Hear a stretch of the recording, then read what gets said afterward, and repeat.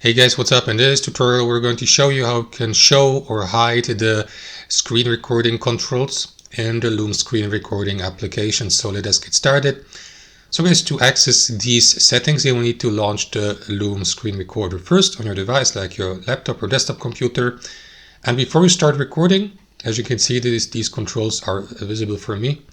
You will need to access the screen recording settings. To do that, click into More here, select Settings.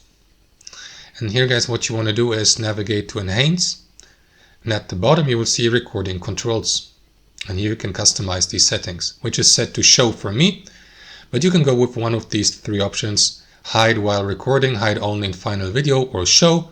So if you select show, they will be visible like this, or if you select hide, they will disappear while you start your recording if you don't want to see them in your final video or screen recording in your Loom library. So that's how it works, guys. Thanks for watching and have a fantastic day.